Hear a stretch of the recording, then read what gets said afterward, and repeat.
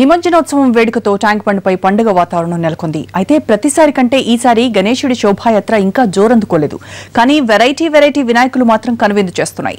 Train వినాయకుడు అందరినీ ఆకట్టుకుంటున్నాడు.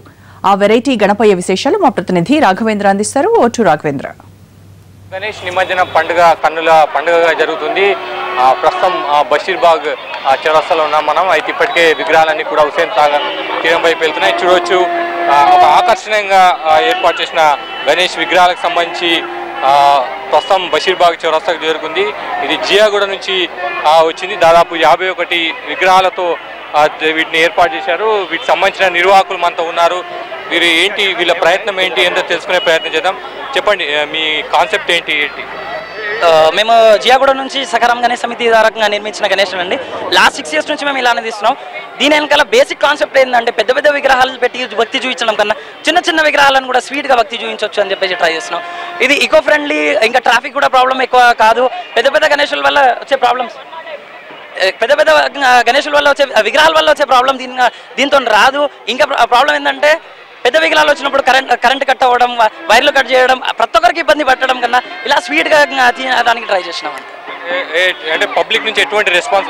Public నుంచి చాలా మంచి రెస్పాన్స్ ఉంది. మాకు ట్రాఫిక్ పోలీస్ వాళ్ళు కూడా చాలా హెల్ప్ చేశారు. We are thankful to everyone who is helping us. ఎంత సమయంలో హుస్సేన్ సాగర్ చేరుకుంటారు? 45 minutes లో హుస్సేన్ సాగర్ లోకి చేరుకుంటాం. దీనికి ఎంత ఖర్చు అవుతుంది ఏంటి? దీనికి ఖర్చు హార్డ్లీ 4,000 to 4,500 వస్తుంది. దానికన్నా ఎక్కువ ఏముండదు. ఇది ఒక సింపుల్ ఒక చిన్న ఫ్యామిలీ చేసిన మొత్తం పొజిషన్ అండి.